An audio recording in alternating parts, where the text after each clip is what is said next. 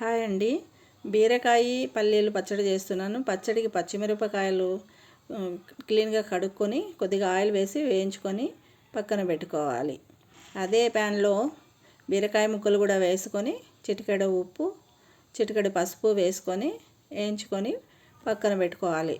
అదే ప్యాన్లో టమాటా ముక్కలు కూడా వేసుకొని కొద్దిగా ఆయిల్ వేసి వేగేలోపు పల్లీలు మిక్సీలో వేసుకొని పల్లీలని పలుకులుగా మిక్సీ పట్టి పక్కన పెట్టుకొని టమాటాలు కొద్దిగా మగ్గినాక అందులో కొత్తిమీర కూడా వేసుకొని వేయించుకొని పక్కన తీసి పెట్టుకోవాలి. రోట్లో పచ్చిమిరపకాయలు కూడా వేసుకొని అందులో ఉప్పు వేసుకొని కొద్దిగా నూరుకున్న తర్వాత అందులోనే ఈ శనక్కాయ పప్పులని పొడి కూడా వేసుకొని కొద్దిగా నూరుకోవాలి. అందులో చింతపండు కూడా వేసుకొని బాగా నూరుకుంటే బాగా పచ్చిమిరపకాయలు కూడా బాగా మెదుగుతాయండి. అది మెదిగిన తర్వాత అందులో టమోటా కూడా వేసుకొని బాగా నూరుకోవాలి. సాల్ట్ కూడా కొద్దిగా వేసుకొని బాగా నూరుకోండి.